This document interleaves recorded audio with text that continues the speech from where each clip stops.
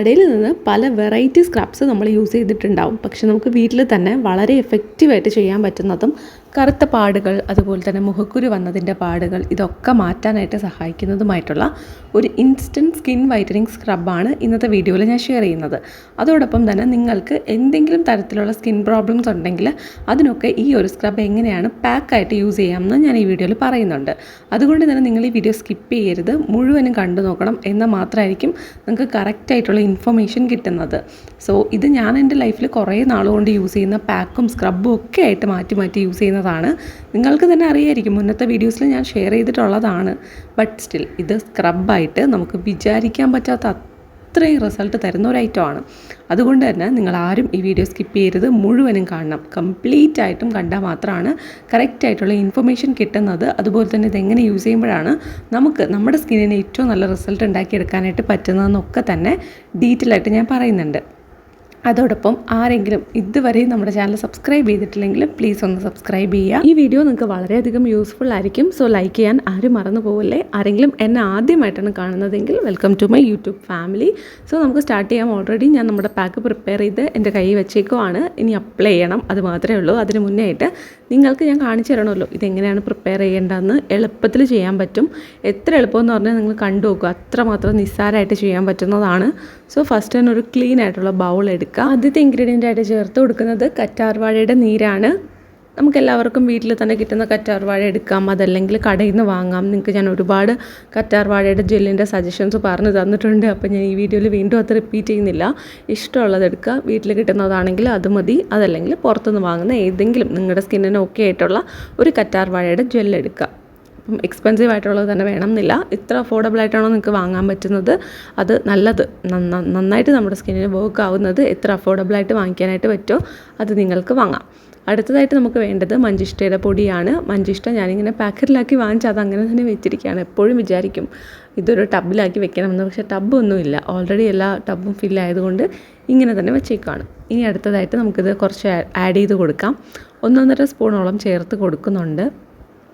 മഞ്ചിഷ്ടയുടെ പൊടി ഞാൻ പറയാതെ തന്നെ നിങ്ങൾക്കറിയാം ഒരു ആയുർവേദ കൂട്ടാണ്. അതുകൊണ്ട് തന്നെ നമ്മുടെ സ്കിൻ ബ്രൈറ്റൻ അപ്പ് ചെയ്യാനും ഡാർക്ക് സ്പോട്ട്സ് ഒക്കെ ഉണ്ടെങ്കിൽ അതൊക്കെ ഫീഡ് ചെയ്യാനും സഹായിക്കും. അതോടൊപ്പം തന്നെ ഇതിൽ ചെറിയ തരിതരിപ്പുള്ള പാർട്ടിക്കിൾസ് ഉണ്ട്, അത് നമുക്ക് സ്ക്രബ് ചെയ്യാനായിട്ട് ഭയങ്കര നല്ലതാണ്. ഇത് നമ്മൾ ഈ സ്ക്രബ് പ്രിപ്പയർ ചെയ്ത് ഒരു 10-15 മിനിറ്റ്, 10 മിനിറ്റ് അതിൽ കൂടുതൽ വേണ്ട, ഒരു മാക്സിമം ഒരു 10 മിനിറ്റ് നമ്മൾ വെച്ചേക്കണം.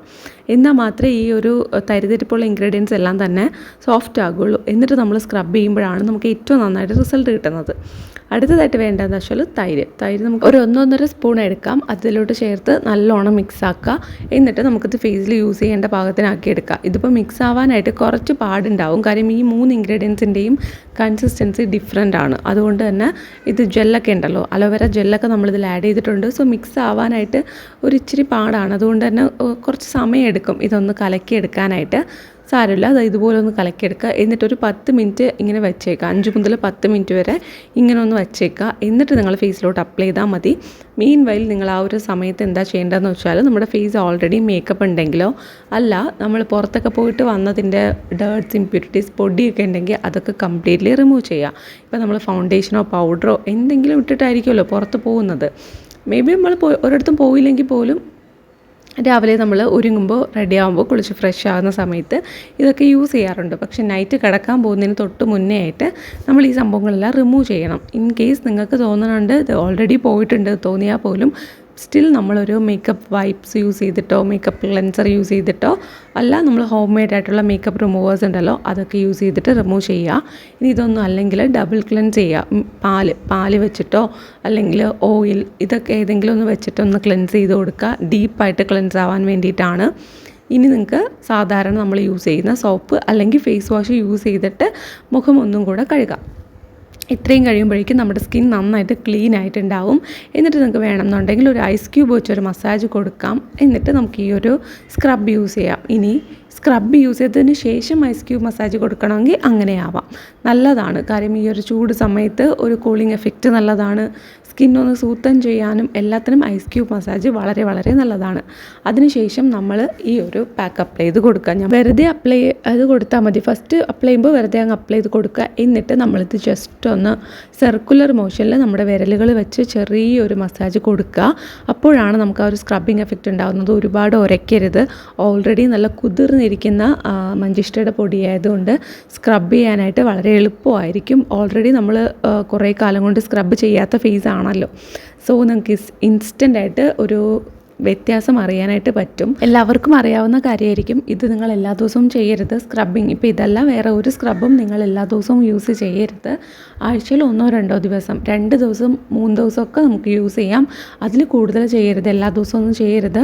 സാധാരണ ഒരു നോർമലി ഉള്ള സ്കിൻ ടൈപ്പാണ്, നിങ്ങൾ അധികം പുറത്തൊന്നും പോകുന്നില്ല, നിങ്ങൾക്ക് ഡെഡ് സെൽസ് ഉണ്ടാവുന്നത് വളരെ കുറവാണെങ്കിൽ, യങ് ഏജൊക്കെ ആണെങ്കിൽ നിങ്ങൾക്ക് ഒരു 2 ദിവസമൊക്കെ യൂസ് ചെയ്താൽ മതി. ഇനി അതല്ല, നിങ്ങൾ കുറച്ച് മുതിർന്നവരാണെങ്കിൽ, ഒരു 40-50 ഏജൊക്കെ ഉള്ളവരാണെങ്കിൽ നിങ്ങൾക്ക് ഒരു 3 ദിവസമൊക്കെ ചെയ്ത് കൊടുക്കാം.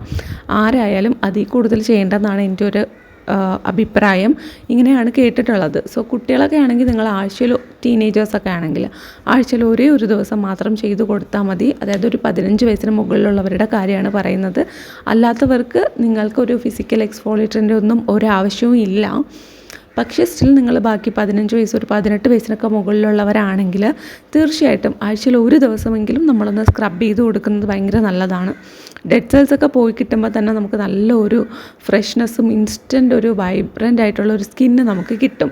അതുപോലെ തന്നെ സ്കിൻ തൊടുമ്പോൾ തന്നെ ഭയങ്കര സോഫ്റ്റ് ആയിരിക്കും. അത് നമ്മുടെ സ്കിന്നിൻ്റെ ടെക്സ്ചറിലും അത് വിസിബിൾ ആയിരിക്കും ആ സോഫ്റ്റ്നെസ്. സോ നമുക്ക് ഈ ഒരു സ്ക്രബ് യൂസ് ചെയ്തിട്ട് കുറച്ച് നേരം ജസ്റ്റ് ഒരു മിനിറ്റിന് താഴെ മാത്രം മസാജ് കൊടുക്കുക.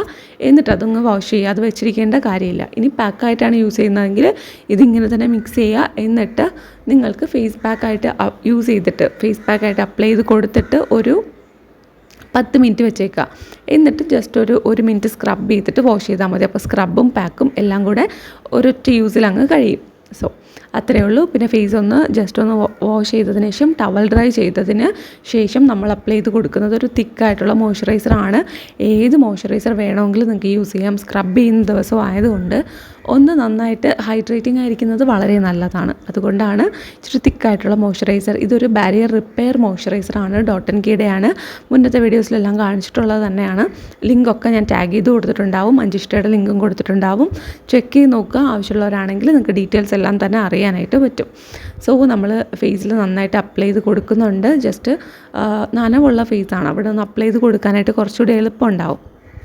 സ്പ്രെഡ് ചെയ്യാനൊക്കെ നല്ല ഈസി ആയിരിക്കും. സോ നന്നായിട്ടൊന്ന് അപ്ലൈ ചെയ്ത് കൊടുത്തു. ഇനി നിങ്ങൾക്ക് ടോണറോ സ്ക്രബോ ഒക്കെ യൂസ് ചെയ്യുന്നെങ്കിൽ അതുമാകാം. ഇതിപ്പോൾ ഞാൻ കാണിക്കുന്നത് എന്താ വെച്ചാൽ നമ്മുടെ ഹോം മെയ്ഡ് ആയിട്ടുള്ള DIY മോയ്സ്ചറൈസറാണ്.